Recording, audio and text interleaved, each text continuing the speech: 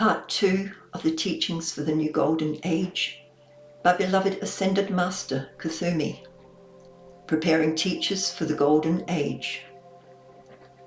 The Law of the Circle. When self-conscious intelligence and the gift of free will were given to man, his subsequent use of life required the assistance of divine intelligence to help him, when he was ready, to set his world again into divine order. The law of the circle, creating causes and reaping their ultimate effects, is inexorable.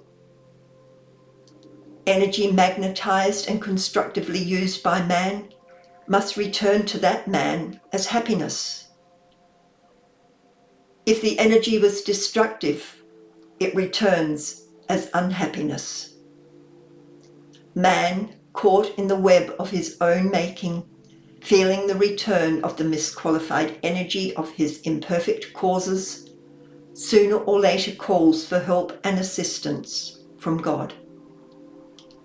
It is then that such a man receives greater assistance. The Lords of Karma serves all evolutions impersonally, with but one idea in mind: to help the individual, the planet, and the universe to express more of God's perfection.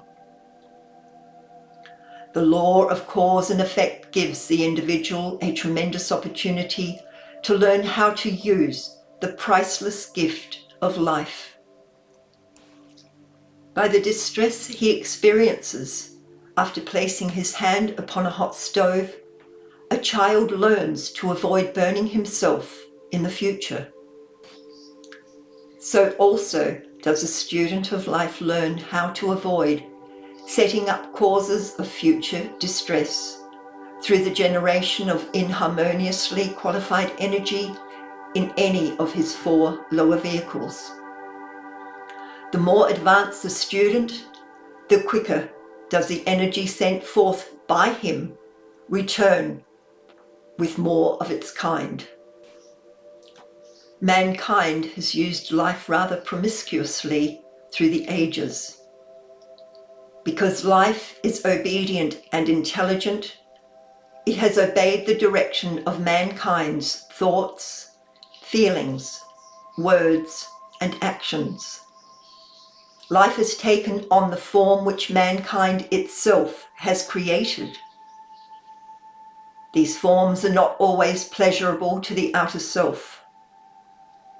When mankind realizes life in itself is immortal, obedient, and intelligent, and that they themselves have the power to direct it into constructive channels, they will come to a point where self-mastery is possible. Truly, it is said, "He is worthy to command who has learned to obey." The earth is a schoolroom where mankind has been endeavoring to learn how to mold life substance into beautiful forms, beautiful colors, beautiful radiations for their own blessings as well as for their fellow man. However, man has fumbled a great deal in this process of learning, and as the apprentice carpenter leaves many shavings from the beautiful wood upon which he practices, so has mankind left many similar shavings in the atmosphere of the earth where their experiments have taken place. Many of these shavings are not of constructive expression and are called human creations. It is to clean up the shop, the earth, of these imperfect expressions of the use of life that the earnest student is dedicated. Even as the worthy apprentice must sweep clean the shavings of his crude endeavors, so must the student who wishes to use life constructively engage in the task of cleaning up the discordant creations and clumsy efforts of his ages of experimentation with the use of life. For this purpose, the violet flame of mercy and forgiveness has been created and its use given to a few among the sons and daughters of men.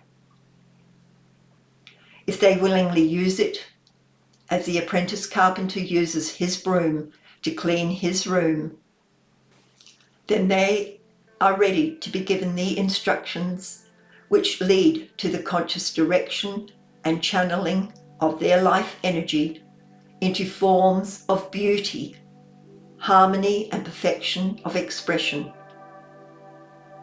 We are in this period now.